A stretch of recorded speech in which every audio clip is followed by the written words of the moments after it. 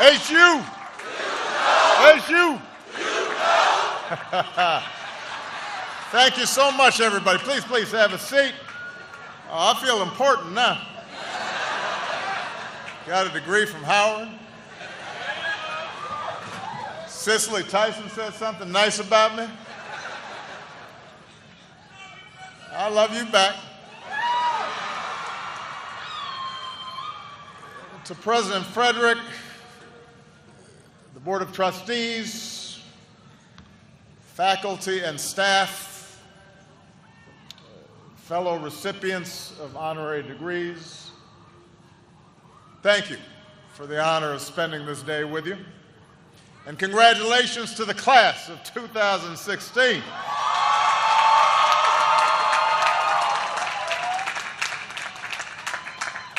Four years ago, back when you were just freshmen, I understand many of you came by my house the night I was reelected. So I decided to return the favor and come by yours.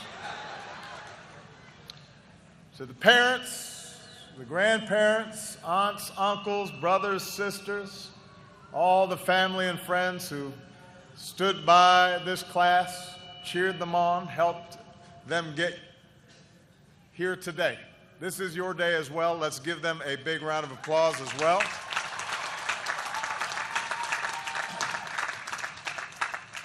I'm not trying to stir up any rivalries here. I just want to see who's in the house. We got Quad, Annex, Drew, Carver, Slow, Towers, and Meridian. Rest in peace, Meridian. Rest in peace. I know you're all excited today. You might be a little tired as well. Some of you are up all night making sure your credits were in order. Some of you stayed up too late. Ended up at Ho Chi at 2 a.m. Got some mambo sauce on your fingers. But you got here. And you've all worked hard to reach this day. You've shuttled between challenging classes and Greek life. You've led clubs, played an instrument or a sport. You volunteered, you interned, held down 1, 2, maybe 3 jobs. You've made lifelong friends and discovered exactly what you're made of. The Howard hustle has strengthened your sense of purpose and ambition, which means you're part of a long line of Howard graduates. Some are on this stage today. Some are in the audience. That spirit of achievement and special responsibility has defined this campus ever since the Freedmen's Bureau established Howard just 4 years after the Emancipation Proclamation, just 2 years after the Civil War came to an end. They created this university with a vision of uplift, a vision for an America where our fates would be determined not by our race, gender, religion, or creed, but where we would be free in every sense to pursue our individual and collective dreams. It is that spirit that's made Howard a centerpiece of African American intellectual life and a central part of our larger American story. This institution's been the home of many firsts. The first black Nobel Peace Prize winner, the first black Supreme Court justice. But its mission has been to ensure those firsts were not the last. Countless scholars, professionals, artists, leaders from every field received their training here. The generations of men and women who walked through this yard helped reform our government, cure disease, grow a black middle class, advance civil rights, shape our culture. The seeds of change for all Americans were sown here. That's what I want to talk about today. As I was preparing these remarks, Vernon, I realized that when I was first elected president, most of you, the class of 2016, were just starting high school. Today you're graduating college. I used to joke about being old. Now I realize I'm old. It's not a joke anymore. But seeing all of you here gives me some perspective. It makes me reflect on the changes that I've seen over my own lifetime. So let me begin with what may sound like a controversial statement. A hot take. Given the current state of our political rhetoric and debate, let me say something that may be controversial, and that is this. America is a better place today than it was when I graduated from college. Let me repeat. America is by almost every measure better than it was when I graduated from college. It also happens to be better off than when I took office, but that's a longer story.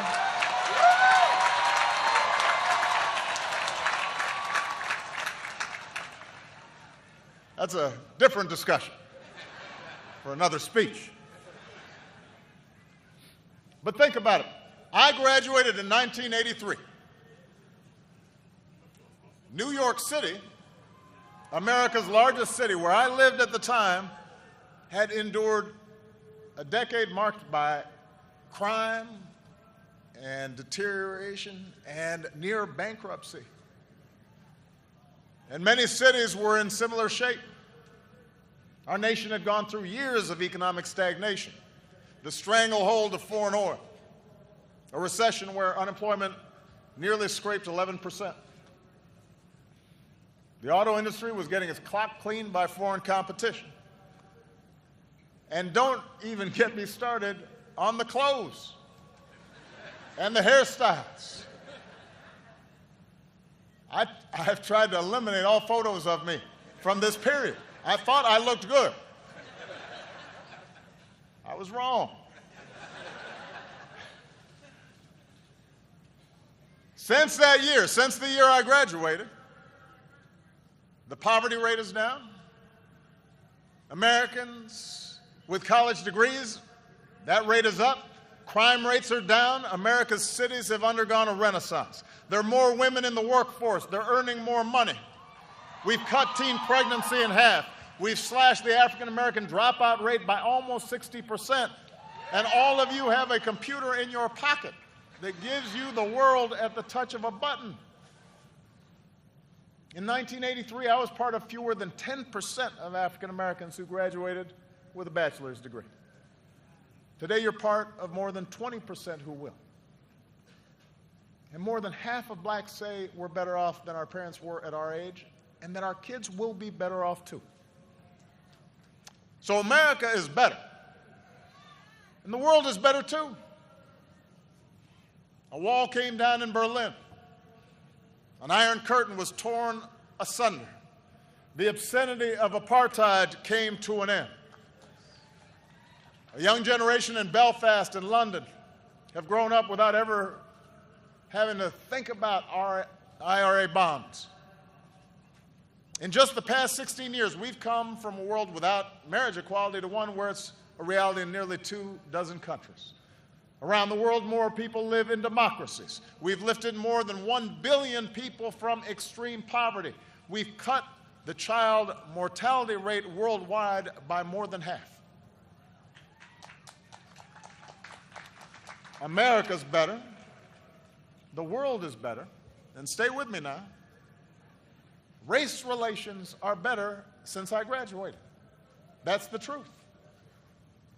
No, my election did not create a post-racial society. I don't know who was propagating that notion. That was not mine. But the election itself, and the subsequent one, because the first one, folks might have made a mistake. The second one, they knew what they were getting. The election itself was just one indicator of how attitudes had changed. In my inaugural address, I remarked that just 60 years earlier, my father might not have been served in a D.C. restaurant, at least not certain of them. There were no black CEOs of Fortune 500 companies, very few black judges. Shoot, as Larry Wilmore pointed out last week, a lot of folks didn't even think blacks had the tools to be a quarterback. Today, former Bull Michael Jordan isn't just the greatest basketball player of all time, he owns the team. When I was graduating, the main black hero on TV was Mr. T.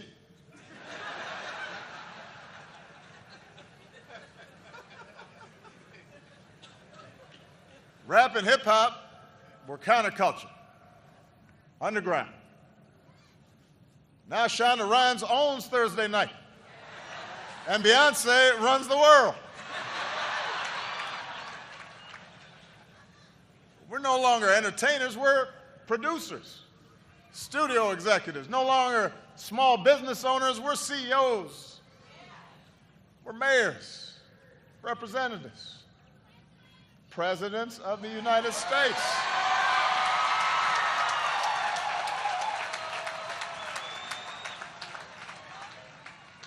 Now, I am not saying gaps do not persist. Obviously, they do. Racism persists. Inequality persists. Don't worry, I'm going to get to that. But I wanted to start class of 2016 by opening your eyes to the moment that you are in. If you had to choose one moment in history in which you could be born, and you didn't know ahead of time who you were going to be, what nationality, what gender, what race, whether you'd be rich or poor, gay or straight, what faith you'd be born into, you wouldn't choose 100 years ago. You wouldn't choose the 50s or the 60s or the 70s. You choose right now. If you had to choose a time to be, in the words of Lorraine Hansberry, young, gifted, and black in America, you would choose right now.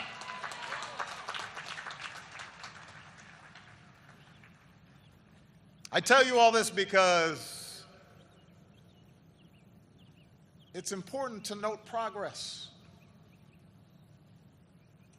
Because to deny how far we've come would do a disservice to the cause of justice, to the legions of foot soldiers, to not only the incredibly accomplished individuals who've already been mentioned, but your mothers and your dads and grandparents and great-grandparents who marched and toiled and suffered and overcame to make this day possible. I tell you this not to lull you into complacency, but to spur you into action. Because there's still so much work to do, so many more miles to travel. And America needs you to gladly, happily take up that work. You all have some work to do. So enjoy the party, because you're going to be busy. Yes, our economy has recovered from crisis stronger than almost any other in the world. But there are folks of all races who are still hurting, who still can't find work that pays enough to keep the lights on, who still can't save for retirement. We've still got a big racial gap in economic opportunity. The overall unemployment rate is 5%, but the black unemployment rate is almost 9%.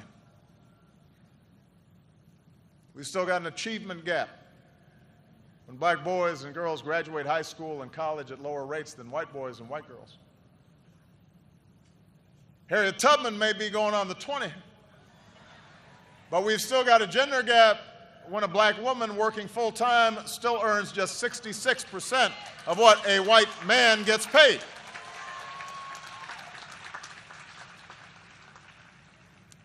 We've got a justice gap when too many black boys and girls pass through a pipeline from underfunded schools to overcrowded jails. This is one area where things have gotten worse. When I was in college, about 500,000 people in America were behind bars. Today, there are about 2.2 million. Black men are about 6 times likelier to be in prison right now than white men. Around the world, we've still got challenges to solve that threaten everybody in the 21st century. Old scourges like disease and conflict, but also new challenges from terrorism and climate change. So make no mistake, class of 2016, you've got plenty of work to do. But as complicated and sometimes intractable as these challenges may seem, the truth is that your generation is better positioned than any before you to meet those challenges, to flip the script. Now, how you do that, how you meet these challenges, how you bring about change, will ultimately be up to you. My generation, like all generations, is too confined by our own experience, too invested in our own biases, too stuck in our ways to provide much of the new thinking that will be required. But us old heads have learned a few things that might be useful in your journey. So with the rest of my time, I'd like to offer some suggestions for how young leaders like you can fulfill your destiny and shape our collective future. Bend it in the direction of justice and equality and freedom. First of all, and this should not be a problem for this group, be confident in your heritage. Be confident in your blackness. One of the great changes that's occurred in our country since I was your age is the realization there's no one way to be black. I take it from somebody who's seen both sides of the debate about whether I'm black or not. Past couple months, I've had lunch with the Queen of England and hosted Kendrick Lamar in the Oval Office. There's no straitjacket. There's no constraints. There's no litmus test for authenticity. Look at Howard. One thing most folks don't know about Howard is how diverse it is. When you arrived here, some of you were like, oh, they got black people in Iowa? But it's true. This class comes from big cities and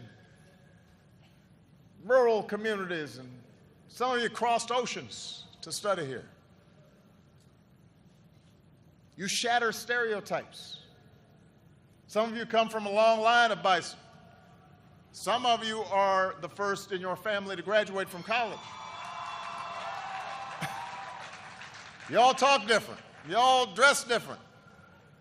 You're Lakers fans, Celtics fans, maybe even some hockey fans.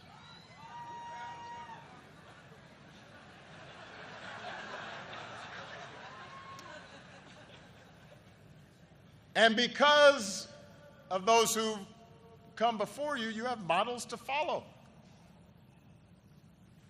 You can work for a company or start your own. You can go into politics or run an organization that holds politicians accountable. You can write a book that wins the National Book Award, or you can write the new run of Black Panther, or like one of your alumni, Ta-Nehisi Coates, you can go ahead and just do both. You can create your own style, set your own standard of beauty, embrace your own sexuality.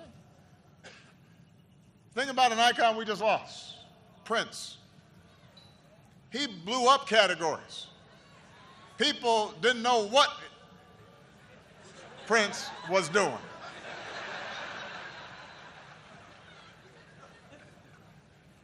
And folks loved him for it. You need to have the same confidence. Or as my daughters tell me all the time, you be you, Daddy. Sometimes Sasha puts a variation on it. You do you, Daddy. And because you're a black person doing whatever it is that you're doing, that makes it a black thing. Feel confident.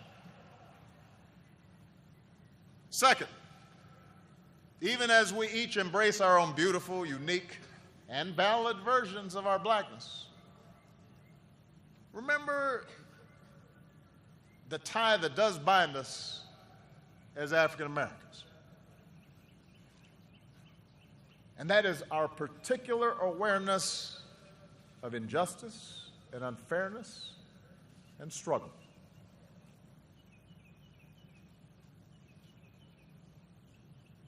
That means we cannot sleepwalk through life. We cannot be ignorant of history. We can't meet the world with a sense of entitlement. We can't walk by a homeless man without asking why a society as wealthy as ours allows that state of affairs to occur. We can't just lock up a low-level dealer without asking why this boy, barely out of childhood, felt he had no other options. We have cousins and uncles and brothers and sisters who we remember were just as smart and just as talented as we were, but somehow got ground down by structures that are unfair and unjust. And that means we have to not only question the world as it is and stand up for those African Americans who haven't been so lucky. Because yes, you've worked hard, but you've also been lucky. That's a pet peeve of mine, people who've been successful and don't realize they've been lucky. That God may have blessed them. It wasn't nothing you did. So don't have an attitude.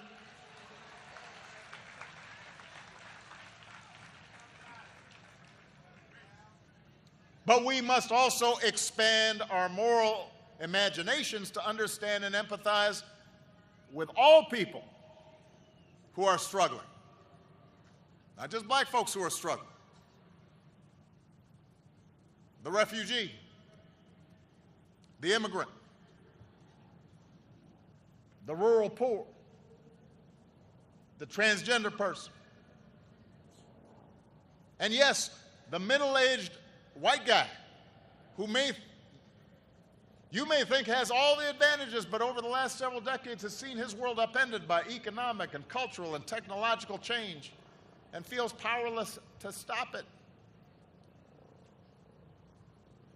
You got to get in his head too.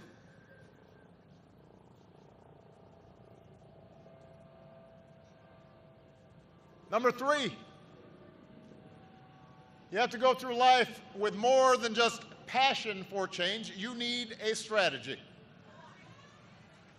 I'll repeat that. I want you to have passion.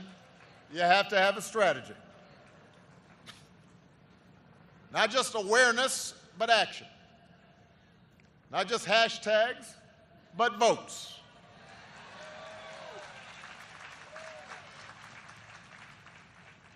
You see, change requires more than righteous anger.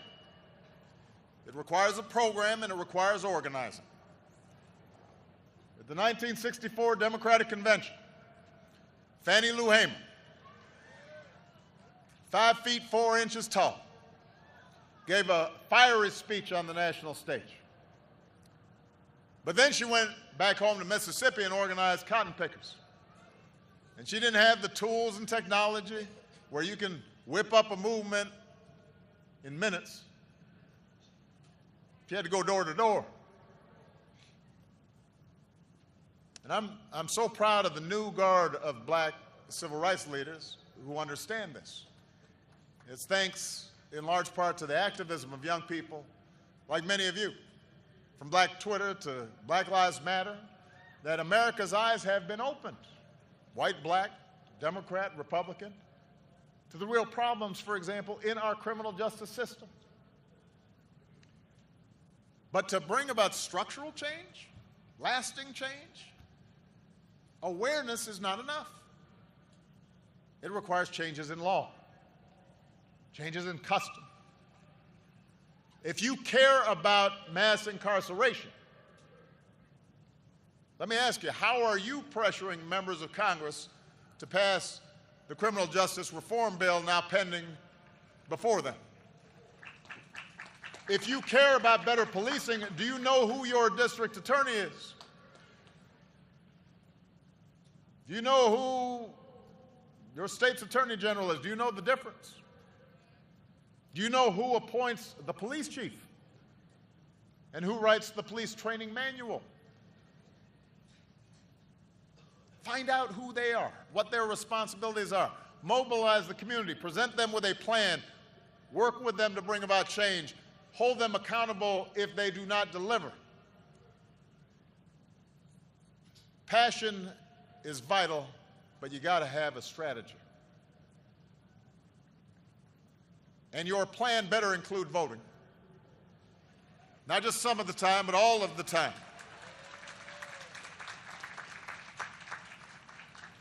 It is absolutely true that 50 years after the Voting Rights Act, there are still too many barriers in this country to vote. There are too many people trying to erect new barriers to voting. This is the only advanced democracy on earth that goes out of its way to make it difficult for people to vote. And there's a reason for that. There's a legacy to that. But let me say this. Even if we dismantled every barrier to voting, that alone would not change the fact that America has some of the lowest voting rates in the free world. In 2014, only 36% of Americans turned out to vote in the midterms. Second lowest participation rate on record. Youth turnout, that would be you, was less than 20%. Less than 20%.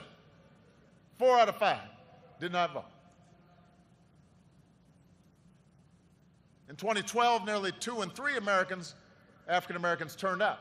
And then in 2014, only 2 in 5 turned out. You don't think that made a difference in terms of the Congress I've got to deal with?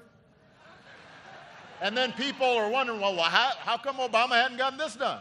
How come he didn't get that done? You don't think that made a difference? What would have happened if you had turned out at 50, 60, 70% all across this country? People try to make this political thing really complicated. They're like, well, what kinds of reforms do we need? And how do we need to do that? And what? You know what? Just vote. It's math. If you have more votes than the other guy, you get to do what you want.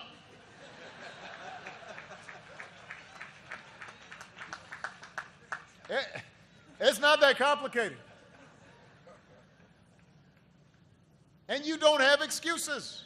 You don't have to guess the number of jelly beans in a jar or bubbles on a bar of soap to register to vote. You don't have to risk your life to cast a ballot.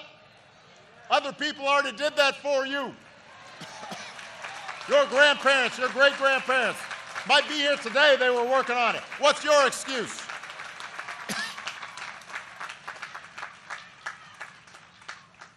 When we don't vote, we give away our power, disenfranchise ourselves, right when we need to use the power that we have. right when we need your power to stop others from taking away the voting rights of those more vulnerable than you are, the elderly and the poor, the formerly incarcerated trying to earn their second chance. So you got to vote all the time, not just when it's cool, not just when it's time to elect a president, not just when you're inspired. It's your duty. When it's time to elect a member of Congress or a city councilman or a school board member or a sheriff. That's how we change our politics, by electing people at every level who are representative of and accountable to us. It is not that complicated. Don't make it complicated. And finally, change requires more than just speaking out. It requires listening as well. In particular, it requires listening to those with whom you disagree and being prepared to compromise. You know, when I was a state senator, I helped pass Illinois' first racial profiling law and one of the first laws in the nation requiring the videotaping of confessions in capital cases. And we were successful because early on, I engaged law enforcement. I didn't say to them, "Oh, you guys are so racist, you need to do something." I understood, as many of you do, that the overwhelming majority of police officers are good and honest and courageous and fair and love the communities they serve. And we knew there were some bad apples, and that even good cops with the best of intentions, including, by the way, African-American police officers, might have unconscious biases, as we all do. So we engaged, and we listened, and we kept working until we built consensus. And because we took the time to listen, we crafted legislation that was good for the police because it improved the trust and cooperation of the community, and it was good for the communities who were less likely to be treated unfairly. And I can say this unequivocally: without at least the acceptance of the police organizations in Illinois, I could never have gotten those bills passed. It's very simple. They would have blocked them. The point is, you need allies in a democracy. That's just the way it is. It can be frustrating and it can be slow. But history teaches us that the alternative to democracy is always worse. That's not just true in this country. It's not a black or white thing. Go to any country where the give and take of democracy has been repealed by one-party rule, and I will show you a country that does not work. And democracy requires compromise. Even when you are 100% right. This is hard to explain sometimes. You can be completely right, and you still are going to have to engage folks who disagree with you. If you think that the only way forward is to be as uncompromising as possible, you will feel good about yourself. You will enjoy a certain moral purity, but you're not going to get what you want. And if you don't get what you want long enough, you will eventually think the whole system is rigged. And that will lead to more cynicism and less participation, and a downward spiral of more injustice and more anger and more despair. And that's never been the source of our progress. That's how we cheat ourselves of progress. You know, we remember Dr. King's soaring oratory, the power of his letter from a Birmingham jail, the marches he led, but he also sat down with President Johnson in the Oval Office to try and get a Civil Rights Act and a Voting Rights Act passed. And those two seminal bills were not perfect, just like the Emancipation Proclamation was a war document as much as it was some clarion call for freedom. Those mileposts of our progress were not perfect. They did not make up for centuries of slavery or Jim Crow or eliminate racism or provide for 40 acres and a mule. But they made things better. And you know what? I will take better every time. I always tell my staff, better is good. Because you consolidate your gains and then you move on to the next fight from a stronger position. Brittany Packman, a member of the Black Lives Matter movement and Campaign Zero, one of the Ferguson protest organizers, she joined our task force on 21st century policing. Some of her fellow activists questioned whether she should participate. She rolled up her sleeves. She sat at the same table with big city police chiefs and prosecutors, and because she did, she ended up shaping many of the recommendations of that task force. And those recommendations are now being adopted across the country.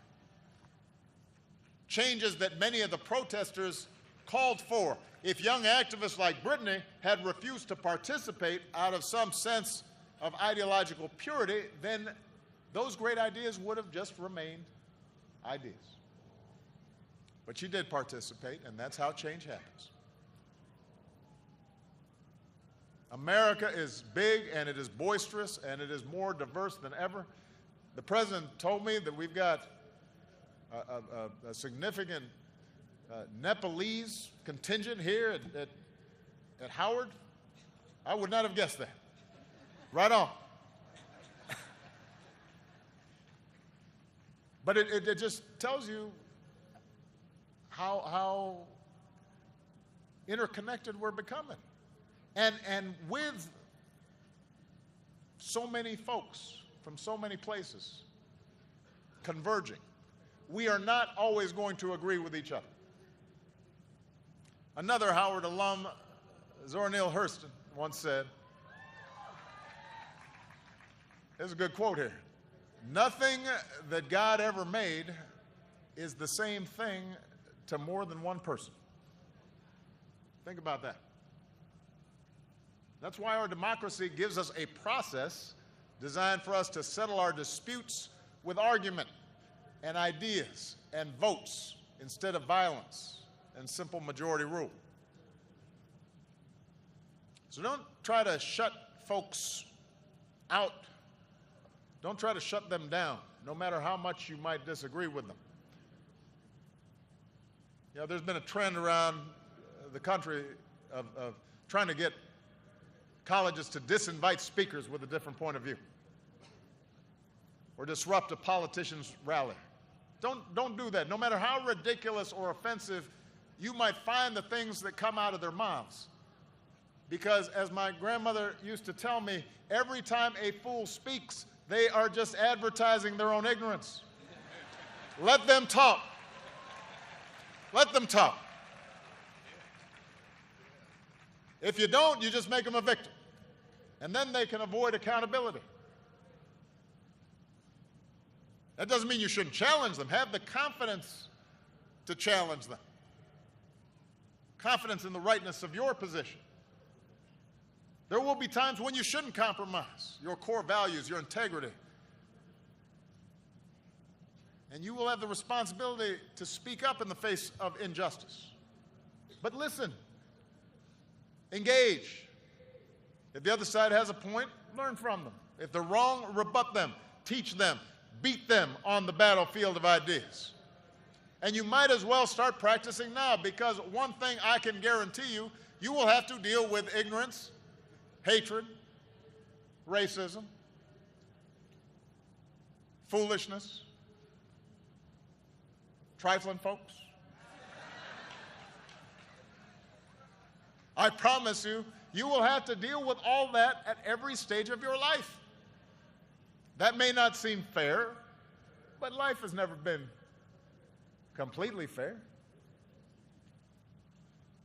Nobody promised you a crystal stair. And if you want to make life fair, then you've got to start with the world as it is. So, that's my advice. That's how you change things. Change isn't something that happens every 4 years or 8 years. Change is not placing your faith in any particular politician and then just putting your feet up and saying, okay, go. Change is the effort of committed citizens who hitch their wagons to something bigger than themselves and fight for it every single day. That's what Thurgood Marshall understood. A man who once walked this yard, graduated from Howard Law, went home to Baltimore, started his own law practice. He and his mentor, Charles Hamilton Houston, rolled up their sleeves and they set out to overturn segregation. They worked through the NAACP, filed dozens of lawsuits, fought dozens of cases. And after nearly 20 years of effort, 20 years, Thurgood Marshall ultimately succeeded in bringing his righteous cause before the Supreme Court and securing the ruling in Brown versus Board of Education that separate could never be equal. 20 years. Marshall, Houston, they knew it would not be easy. They knew it would not be quick. They knew all sorts of obstacles would stand in their way. They knew that even if they won, that would just be the beginning of a longer march to equality. But they had discipline. They had persistence. They had faith and a sense of humor. And they made life better for all Americans. And I know you graduates share those qualities. I know it because I've learned about some of the young people graduating here today. There's a young woman named Sierra Jefferson who's graduating with you. And I'm just going to use her as an example. I hope you don't mind Sierra. Sierra grew up in Detroit and was raised by a poor single mom who worked 7 days a week in an auto plant. And for a time, her family found themselves without a place to call home. And they bounced around between friends and family who might take them in. By her senior year, Sierra was up at 5 a.m. every day, juggling homework, extracurricular activities, volunteering, all while taking care of her little sister. But she knew that education was her ticket to a better life. So she never gave up, pushed herself to excel. This daughter of a single mom who works on the assembly line turned down a full scholarship to Harvard to come to Howard.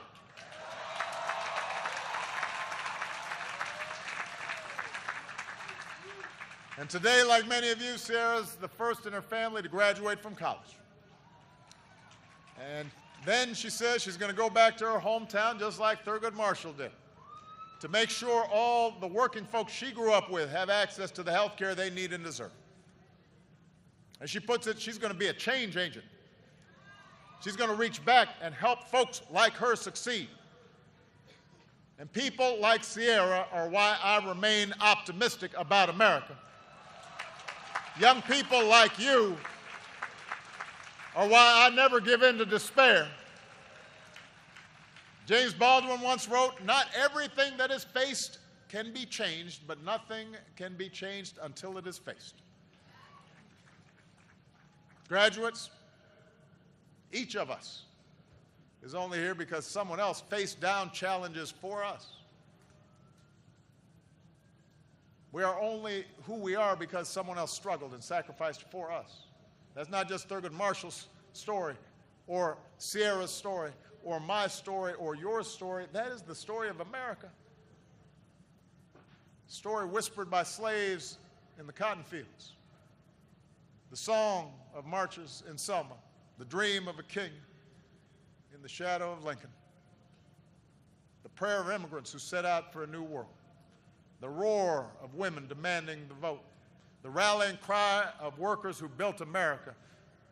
And the GIs who bled overseas for our freedom. Now it's your turn.